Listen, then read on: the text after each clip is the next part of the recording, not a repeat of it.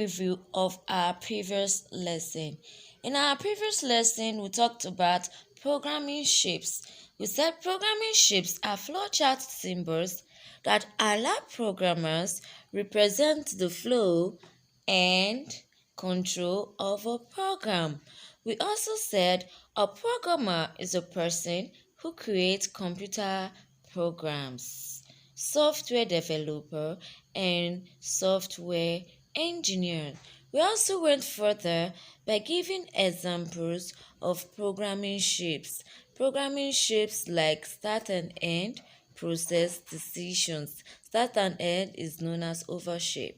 Our lesson for today is flow chart. We'll be talking about flow chart and types of flow chart. And also, we'll be seeing flow chart for making a cup of tea. How do we make a cup of tea? We'll be seeing how to make a cup of tea using a flow chart. And also, we'll be seeing flow chart for washing the hands. If you want to wash your hands, how do you wash your hands using a flow chart? Now let's see the definition of flowchart. A flowchart is a type of diagram that represents a process. I will say it again. A flowchart is a type of diagram that represents a process. A flowchart helps us to perform our daily tasks using programming shapes.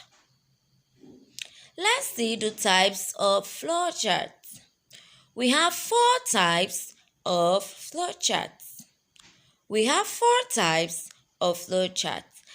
the data flowchart, the program flowchart, the document flowchart, and the system flowchart. All these types of flowcharts use some common symbols. This is a flowchart for making a cup of tea. You can see we have two shapes. We have the oval shapes and the rectangle shapes.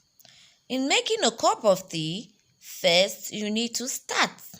After start, you fill the jug with water. Then you heat your water. After heating your water, you pour hot water into the cup. After pouring hot water into the cup, you put a tea bag inside the cup. After putting a tea bag inside the cup, you are allowed to dissolve in water. After you've allowed the tea bag to dissolve in water, you take the tea bag off. Then you add your milk, you drink your tea, and you stop. That's how to make a flowchart for making a cup of tea. Now let's see the other flowchart, which is flowchart for washing the hands. You can also see we have two shapes. We have the oval shapes and the rectangle shapes. First, you start, which is the oval shape. Then you open the tap and get hands wet, which is the rectangle shape. Then you apply soap onto wet hands. After applying your soap, you scrub your hands. After scrubbing your hands, you rinse them.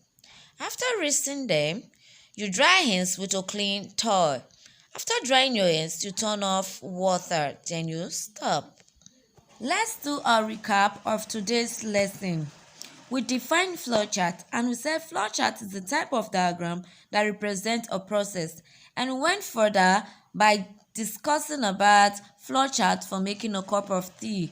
We said we need two shapes for making a flowchart for a cup of tea. We said we need the oval shape and the rectangle shape. You can see the oval shape is known as the start and the stop, while the rectangle shape is known as the process. Then we also talked about flowchart for washing the hands. We said we also need two shapes for flowchart for washing the hands. We said we need the oval shape and the rectangle shape. The oval shape is for start and end, while the rectangle shape is known as the process. Then we also discussed about types of flowchart. We said we have four types of flowchart.